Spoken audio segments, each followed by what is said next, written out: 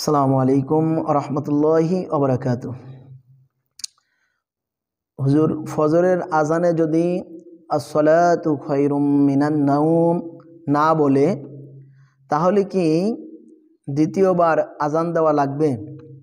ফজরের নামাজে যদি কেউ ভুলে আসসালাতু খায়রুম মিনান নাওম বলতে ভুলে যায় তাহলে দ্বিতীয়বার আজান দেওয়া লাগবে কিনা? সমাধান: ফজরের আজানে আসসালাতু খায়রুম মিনান নাওম বলা মুস্তাহাব। ফজরের আজানে আসসালাতু খায়রুম মিনান নাওম বলা মুস্তাহাব। যদি কখনো ছুটে যায় এবং আজান শেষ হওয়ার পূর্বে কিংবা শেষ হওয়ার সঙ্গে সঙ্গে স্মরণ হয় তাহলে উক্ত কালিমা দয় বলবে। আজান শেষ হয়েছে বা শেষ হওয়ার মুহূর্তে যখন স্মরণে আসছে তখন সাথে সাথে বলতে হবে এবং পরের কালিমাগুলো দ্বিতীয়বার বলে আজান শেষ করবে।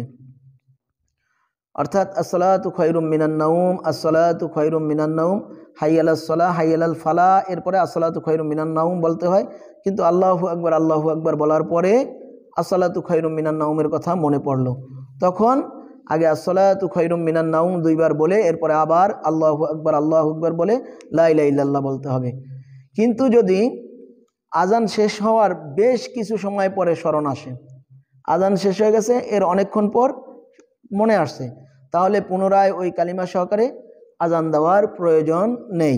আশা করি উত্তরটি পেয়েছেন।